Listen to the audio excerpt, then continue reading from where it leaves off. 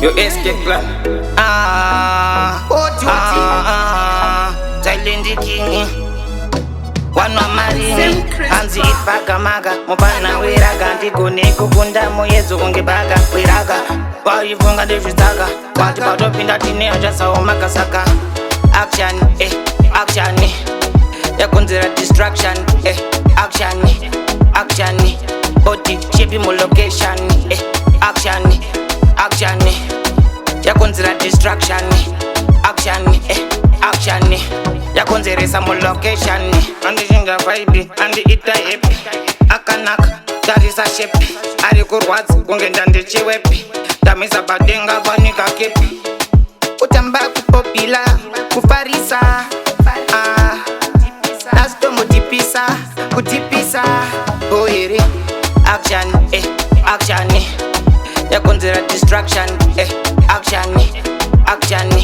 Body shape mo location, action, action. Yakunzira distraction, action, action. Yakunzira mo location. Hakuna mumwe unoziya wani, wani ndinopisa ngowani. Uzani unazima vana, kita ngenda kapa mzara ban bati. Hakuna mumwe ndiwe wani, ndiwe wani, ndiwe wani ka. Hakuna ndiwe wani, saka chitosi yaketi, batadim. Action, action. Yakunzira distraction, action, action.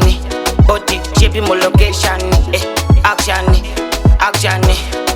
Yakunzira distraction, action, action. Yakunzira mo location. Andi jinga vibe, andi ita happy. Akanak, that is a shape. Ari kurwatsi kungenda ndichiwepi. Tamisa badenga banika kepi. Utamba kupopila, kufarisa. Nasto mutipisa, kutipisa. Boyere, action, action. Yakunzira distraction, action, action. Body shape mo location, action, action. Yakunzira distraction, action, action.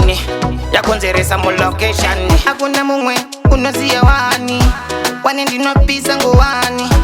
Uzani unazima vana, kita ngenda kapa mzara ban bati. Hakuna mumwe ndiwe wani, ndiwe wani, ndiwe wani ka. Hakuna ndiwe wani, saka chitosi yaketi, batadim.